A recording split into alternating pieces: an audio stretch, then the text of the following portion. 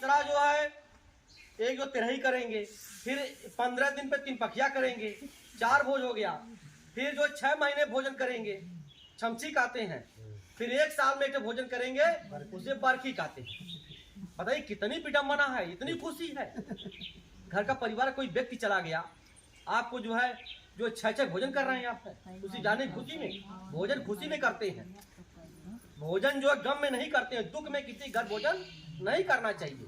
हमारे ऋषि महापुरुषों ने जितने ये लोगों ने बताया, आप लोगों के घर पे ये चित्र नहीं होगा, यह चित्र नहीं होगा। असली देवता हमारे हैं, ये असली देवी देवता हमारे हैं। ये हमारे 85 समाज के उद्धार के लिए बहुत बड़ा मिशन चलाए, लोगों ने माना नहीं। अच्छा, गलती उनकी नहीं है, अब गलती किसकी है? जो हमारे गांव पूर्वे में, पास पड़ोस में, नताई रिश्तेदारी में जो पढ़े लिखे थे, उन्होंने हमको समझाया नहीं, हमको बताया नहीं। उससे पहले उनको भी बताना चाहिए था, आज हमारी यहाँ आने की कोई जरूरत नहीं पड़ती।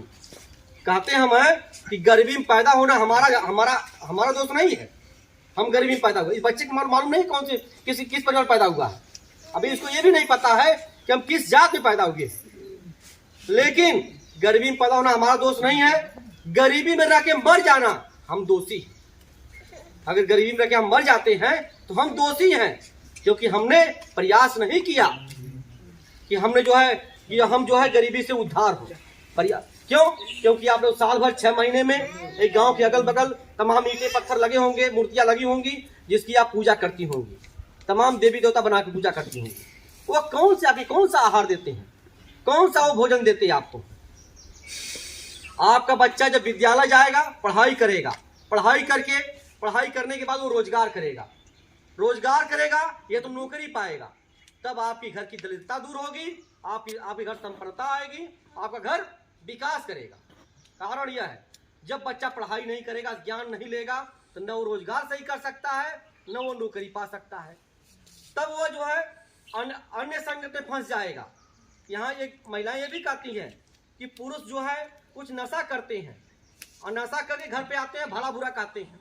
उनका भी दोष है, आपका दोष है। उनका 30% दोष है नशा करने वाले का, 70% आपका दोष है। 70% एक महिला अगर चाह जाए तो एक पुरुष जो है गलत रास्ते पे नहीं जा पावे। हम लोग भी हैं, हमारे घर में बच्चे हैं, माताजी हैं, पिताजी नहीं हैं, लेकिन वो हम लोग जो है उनका नियम है कि ये चप्पल बाहर ही रुकना है, अंदर नहीं पहन के आना है, अंदर पहन के नहीं आना है, और जो ही बाहर से जाएंगे हाथ पैर धोना है। तो क्या वो अच्छी बात है ना? खराब बात तो नहीं हो सकती। विज्ञान की दशा से, शिक्षा की दशा से, चाहे वो सफाई की तरह से भी जो है वो तो अच्छी बात है। तो महिला जो चाहे वो कर ले। हम लोग भी ये पूरे पुरुष हैं, मांस मदिरे का सेवन नहीं करते। आज अपना पैसा लगा के, कम से कम लाखों रुपये लगा के, यही नहीं पूरे देश में बांटने का काम कर रहे हैं कि 85% जब अपना पढ़ लिख लेगा, नौकरी करेगा, रोजगार करेगा, पैसे से संपन्न हो जाएगा, तो सब लोग आगे बढ़ेंगे। जब आगे बढ़ेंगे तो विकास होगा। अब विकास कैसे होगा? जब अंधविश्वास पाखंड दूर होगा। अब आप बच्चे से अपने ये बताइए कि अभी आप लोग जो है जो धूप से दूर भाग रही है ना, अभी आपको जो है एक ब्राह्मण आएगा, कहेगा कि बानर जो हनुमान सूर्य को घोंट गया था। तो उसे यह पूछना होगा, जब यह सूर्य को हनुमान घोंट गया था तो यह पूरा भारत में अंधेरा हो गया, पूरे विश्व में अंधेरा हो गया होगा। तो विश्व में तो एक ही सूर्य है पूरी धरती पर, तो अंधेरा हो जाएगा ना। अब उसमें इतनी गर्मी है कि कोई घोंट पाएगा उसको, वो भी एक बानर। तो हमको आपको बहकाया, उसने हमको आपको बहका दिया, हम आप बहक गए। उसने कहा कि बानर ने सोने की लंका जरा दी। बानर सोना जो आप लोग पहनी है, ये 3000 सेंटीग्रेड तापमान पे गलता है। अभी जो 45 डिग्री सेंटीग्रेड तापमान हो जाए, आप धूप बर्दाश्त नहीं होगी, आपको बार बार प्यास लगेगी। और इसको 3000 डिग्री सेंटीग्रेड पे सोने को गलाया जाता है। जब सुनार गलाता है सोने को तो बहुत अधिक तापमान होता है, दूर से हाथ जल जाएगा। अब बताइए सोने की लंका जल जाएगी? और जल गया तो जो है उसमें बानर बच गई सी गया। तो सारी बातें झूठी हैं, न कहीं भगवान है, न राम है, न कृष्ण है, न शिव है, न पार्वती है। अगर और पार्वती की बातें आ गई तो जो आप सबसे पहले गणेश की पूजा करवाता है ब्राह्मण। अगर जो गणेश जो होता है वो कहता है ब्राह्मण या मनुवादी कहते हैं कि एक औरत पार्वती नहा रही थी। अब नहा रही थी, उसके मैल से एक बच्चा पैदा हो गया, एक बच्चा बन गया। अब वो कितने दिन की नहाई थी, कितनी मैल इकट्ठा हुई, बच्चा पैदा हो गया। अरे भाई खून पैदा तो ढोला पैदा तो ठीक मानते, लेकिन एक बच्चा आदमी की तरफ पैदा, वो बड़ा बच्चा था। वो भी उसका बाप जब आता है शंकर, वो नहीं पहचान पाता कि हमारा बच्चा है। वो त्रिशूल से मूड़ी काट देता उसकी है। त्रिशूल तो नुकीला होता है ना। देखिए हर जगह वो गपोड़ रहे हैं, हर बातों पे। हमारे लोग पढ़े लिखे नहीं थे, उनसे डर बस तक नहीं करते थे, क्योंकि वो डरते थे। श्राप आशीर्वाद स्वर्ग नरक, तो डरते थे। न श्राप आशीर्वाद है न स्वर्ग नरक इस दुनिया में है। अगर श्राप आशीर्वाद होता तो आप रोज गाली दीजिए हमको, क्या हमको गाली लगेगी? आप रोज हमको शरापिया लगेगा? कुछ नहीं होगा, इस दुनिया में कुछ है नहीं। वो डरवाने की धमकी है। श्राप आशीर्वाद स्वर्ग नरक एक धंधा है धर्म का। वो धंधे से अपनी दुकान चला रहे हैं, तो उनके पास और कोई व्यवस्थाएं नहीं है। तो आज जब वो त्रिशूल से जब पहुंचेगा तो मूड़ी तो कटेगी नहीं। वो कहता है कि मूड़ी कट गई। हमारे लोग पढ़े लिखे नहीं थे, मान गए, ठीक है। उसने क्या किया, हाथी की मूड़ी लाके लगा दिया उसको। हाथी की मूड़ी कहीं से, अब भाई हाथी की मूड़ी काटा तो वो भगवान था, गलत था। वो हाथी बच्चा तो भी जान गई। और दूसरा का हाथी की मूड़ी जो है किसी आदमी की मूड़ी पे लगेगी। अभी हम आप लोग बीमार हो जाएं, हॉस्पिटल जाएंगे तो डॉक्टर खून मांगता है, तो खून हम किसी जो है जानवर के लेके आएंगे? हम कहते भैया गैया भैंसा हमारे घर है, उसका खून लेकर चढ़ा दीजिए। कहेगा नहीं भाई मर जाओगे, गाय खून लगेगा हमारे पास। मनुष्य में भी इस तरह की प्राकृतिक रूप से बनावट है कि खून के अलग अलग प्रकार हैं, सबको अलग अलग प्रकार के खून लगते हैं। तो उसमें वो हाथी की मूड़ी लगा देता है। ये भी बातें झूठी है, इसको आप तर्क करिए कि कितनी झूठी बातें हैं। वो हमको इसमें फंसाया था, और उसे फंसाने की देन है कि आज हमारे घर न नौकरी है, न हमारे घर जमीनें हैं, न हमारे घर शिक्षा है। आज हम गरीबी से जूझ रहे हैं, महंगाई से जूझ रहे हैं। कारण यही है, पाखंड में फंस के हम। तो न कहीं शिव है, न कहीं पार्वती है, न कहीं गणेश है, कोई भगवान देवी देवता नहीं है। जो है रामस्वरूप वर्मा एक महापुरुष थे, इस फोटो में है। जो है उन्होंने कहा कि जिंदा जा नहीं सकता, मुर्दा बता नहीं सकता। तुम्हारा स्वर्ग नरक कहाँ है? तुम्हारा स्वर्ग नरक कहाँ है? जब जिंदा जा ही नहीं सकता, मुर्दा बता नहीं सकता, आज तो कोई बताया ही नहीं, तो आप किस लिए तेरही कर रहे हैं? इसका तो बहिष्कार करिए। अपने बेटे बेटियां, जब आप अपने बहुओं से बताइए कि हमारा सम्मान, हमें भोजन है, पानी है, जीते जी दो।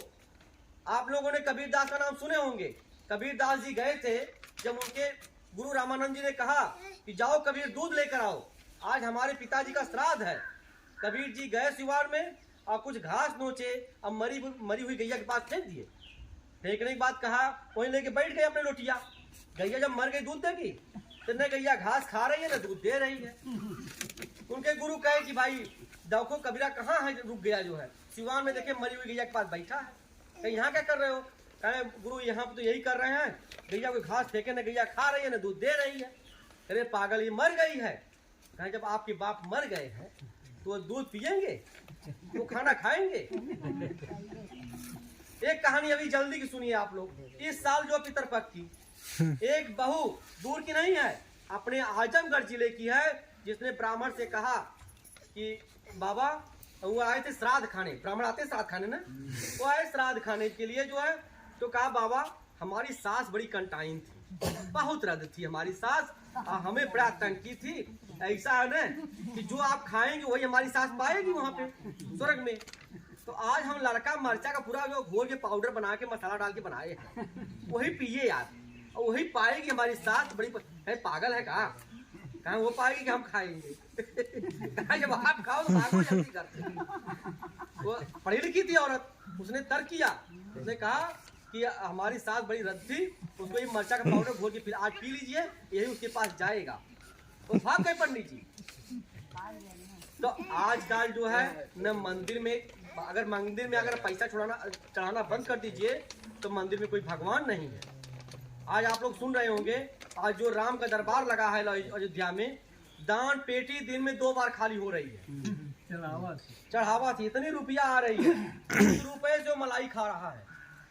हम लोग चटनी रोटी, शाम को सब्जी लेने के लिए, कुछ परिवार में सब्जी नहीं आती होगी, कुछ परिवार में अरहर की दाल रोज नहीं बनती होगी, लेकिन उनके यहाँ क्या हो रहा है? ये दशाएं हैं जिनको हम लोग अपने रास्ते से भटक गए।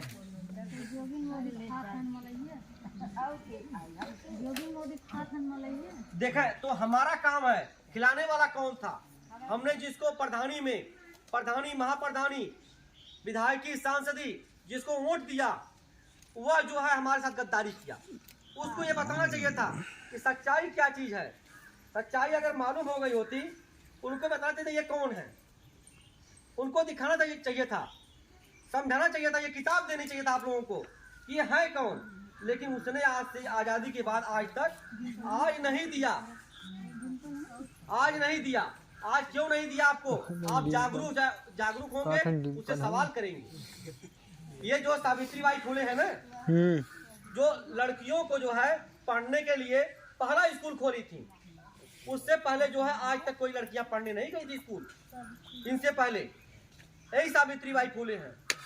आज जितनी यातना इनके ऊपर जो है, यही महिला वर्ग जो है गोबर फेंकती थी, कीचड़ फेंकती थी, पत्थर फेंकती थी। आज ये सावित्रीबाई फुले, इन्होंने जो है अब महिला समाज के लिए, भलाई के लिए, महिला समाज के उत्थान के लिए इतना बड़ा कदम उठाया संघर्ष करके कि आज जो है सावित्रीबाई फुले का नाम लेना लोग भूल गए। जबकि इन्हीं से हम पढ़ने लिखने का अधिकार महिलाओं को मिला। लेकिन यह फोटो हमारे यहाँ पे घर नहीं है। हम लोग यही संकल्प कर रहे हैं, क्यों नहीं है? इसमें सोचिए ना, क्यों नहीं है? बेटा थोड़ा पकड़ लीजिए, अब बताइए, बैठा लीजिए, आप पकड़ लीजिए,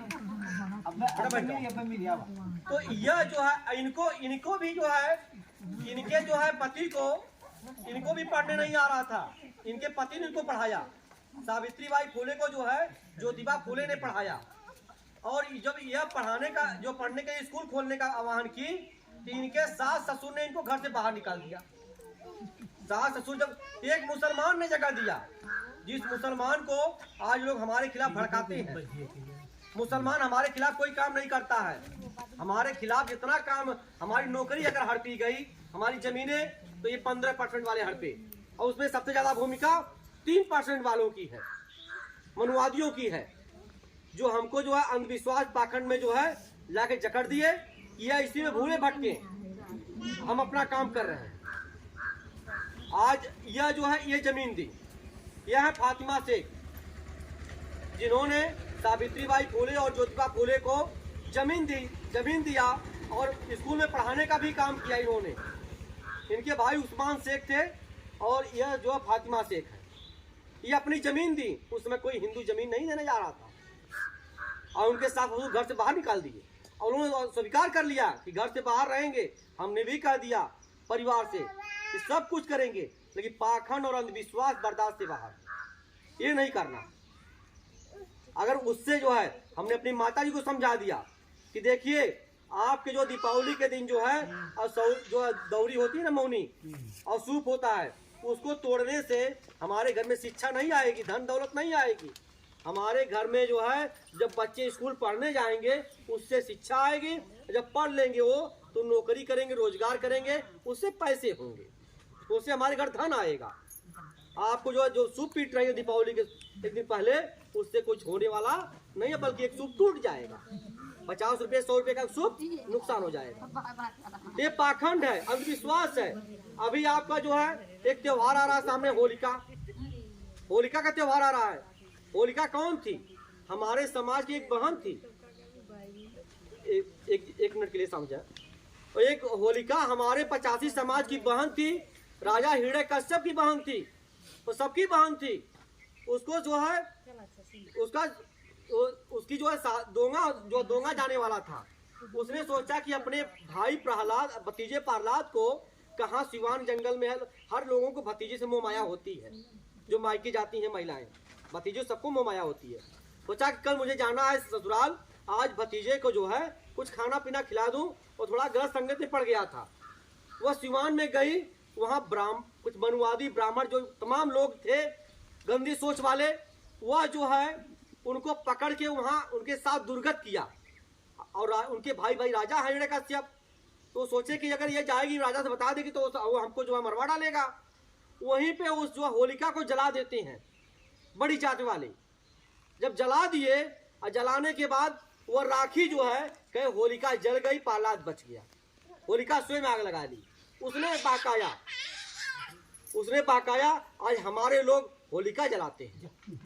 वो 85 समाज की है। होली हमारा त्योहार नहीं है जो हम मनाते हैं। हमारे घर की बहन बेटी को वो कुकर में करके जलाया था, आपको करा होली मनाओ। होली हमारा त्योहार नहीं है, हमारा कोई त्योहार नहीं है। दशहरा भी हमारा त्योहार नहीं है। हमारे ही राजा महाराजों को मारा गया। जो दुर्गा आप बोलते हैं, दुर्गा जब कोई लड़की यहाँ पे भी बच्ची यहाँ आई नहीं है, कोई अगर बिटिया है शादी नहीं हुई है तो उसको माँ कहेंगे तो अच्छा लगेगा? माँ कहने लायक रहेगी वो? जब शादी होगी तभी ना माँ कहे। कोई जो पद में लगेगा वही माँ कह सकता है। शादी नहीं हुई उसको माँ कह रहे हैं, हमसे कहवा रहे हैं माँ है, दुर्गा माँ है। दुर्गा की शादी किससे हुई पता नहीं। दुर्गा जब भाई शादी नहीं हो, श्रृंगार किससे कैसे की हो? कुल श्रृंगार भी करे, सिंदूर से लेके पूरा श्रृंगार देखते हैं दुर्गा माँ का आप लोग, तो श्रृंगार कैसे हुआ उसका? जो महिषासुर जो है जिसको राजत बता रहे हैं वो राजा था हमारे समाज का। जिस प्रकार आप लोगों ने सुना होगा देवरिया जिले में प्रेम यादव की हत्या हुई थी, ब्राह्मणों ने किया था। उसी तरह फिर बाद में हम लोगों को बुझवाने लगेंगे कि प्रेम यादव बहुत गंदा था, ब्राह्मण देवता है। वही महिषासुर के साथ हुआ। महिषासुर हमारे कुल का भाई था, हमारे कुल का महापुरुष, हमारे समाज का था।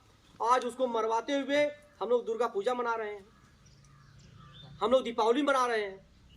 यही अमेरिका, चीन, जापान देश है जो बहुत आगे है। वहाँ ये बुजुर्ग हैं, उनको जो है 10,000 20,000 पेंशन है, कोई नौकरी नहीं है, बुजुर्गों को पेंशन है वहाँ पे। अमेरिका में, जापान में, चीन में, कोरिया में। अपने देश में 1,000 रुपया नहीं मिल पा रही है, 3 महीने की रुकी होगी, 4 महीने की रुकी होगी।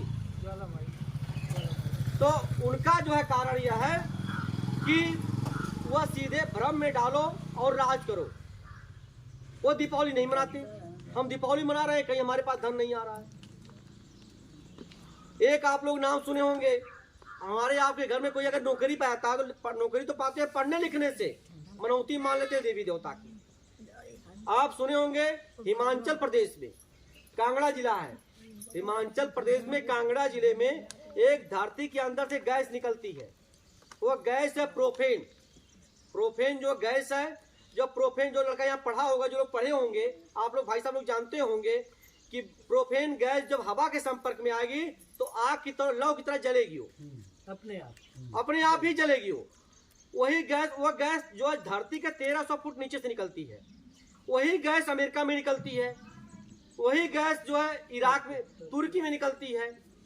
वहाँ पे कोई पूजा नहीं होती, अमेरिका में, तुर्की में। वहाँ पे केवल जो है उस गैस से बिजली बनाई जा रही है, कल कारखाने लगाए जा रहे हैं। वहाँ पे उस गैस से सदुपयोग करके पैसे कमा रहे वो देश। हमारे देश जो हिमाचल के कांगड़ा में निकलती है वो गैस, उससे क्या करते हैं, ज्वालामाई कह दिए। वहाँ मनुवादियों ने दुकान लगा दिया। हमारे आप लोग दर्शन करने जाते हैं, भाई दर्शन करने वहाँ जा रहे हो तो कम से कम आने जाने में आपका जो 5,000 रुपये व्यय हो रहा है। मोटी मोटा 10 से 15,000 रुपये खर्च होते हैं एक आदमी के। वो 15,000 अभी कैसे कह दीजिए किसी गरीब भाई बंधु को या नात रिश्तेदार को या किसी बहन बेटी को पढ़ाई लिखाई के लिए, उस बच्चे को मदद कर दीजिए पढ़ाई लिखाई के लिए, नहीं करते हैं। वो धार्मिक यात्रा कर रहे हैं। हमारी बराबर टिप्पणी होती है फेसबुकों से। कुछ लोग कहते हैं माता रानी की कृपा से हमारे घर बेटा हुआ, तो हम कहें भाई माता रानी की कृपा से हुआ कि पति पत्नी का शादी हुई, प्राकृतिक दशा से अपने आसपास रहे तभी ना बच्चा पैदा हुआ, कि माता की रानी की कृपा से हुआ? अगर माता रानी की कृपा से हुआ तो बिना शादी हो जाए तब जाने हम। वो तो किसी के पास नहीं हुआ आज तक। आप लोगों ने आज तक ये सुना था? उम्र हो गई होगी 60-70 उम्र हो गई आप लोगों की। खीर खाने से बच्चा पैदा होता है, खीर खाने से। लेकिन आप लोग पूजा करती हैं, शादी विवाह होता है तो आप रामचरितमानस करवाती हैं, और वही जो जैसा कराती जिसको राम मानती हैं, वही राम जो है हमारे समाज 85 समाज का जो एक शंभुक ऋषि हैं, उनकी जाके मूड़ी काट देता पढ़ने के लिए। वह बच्चों को शिक्षा दे रहे थे, यही जैसे हम जागरूक कर रहे हैं। कोई मनुवादी ब्राह्मण आवा हमें गोली मार दे तो आप लोग क्या करेंगे भाई? कहेंगे भैया मर गए, जो आए थे बताने के लिए तो मर गए, मार दिया कोई नहीं, एक्सीडेंट कर दे हमारा कोई। तो यह लोग हमारे जो है हमको और गरीब बनाने पे लगे हुए हैं। तो हमें यह करना चाहिए कि हमें डॉक्टर में विश्वास करना चाहिए। डॉक्टर क्या चीज है, डॉक्टर विश्वास करें। इसी के बाद हम कहेंगे कि अब अंधविश्वास पाखंड पे दूर करें आप लोग जो अपना भ्रम, और 13ही मृत्यु भोज का बहिष्कार करें आप लोग। और शादी विवाह भी उन ब्राह्मणों से मत करवाइए। अभी एडीओ साहब बताए हैं कि देखिए वो गाली देता है आपको बैठ के, और उससे 20,000 रुपये लेता है आप लोगों से। 15 से 20,000 रुपये नुकसान होती है। वो पैसा बचेगा आपके घर शिक्षा में काम आएगा, पढ़ाई लिखाई में काम आएगा, और हम लोग शादी विवाह निःशुल्क करवाएंगे। इसी के साथ हम अपनी बातें विराम देते हैं। जय भीम, सादर नमो बुद्धाय।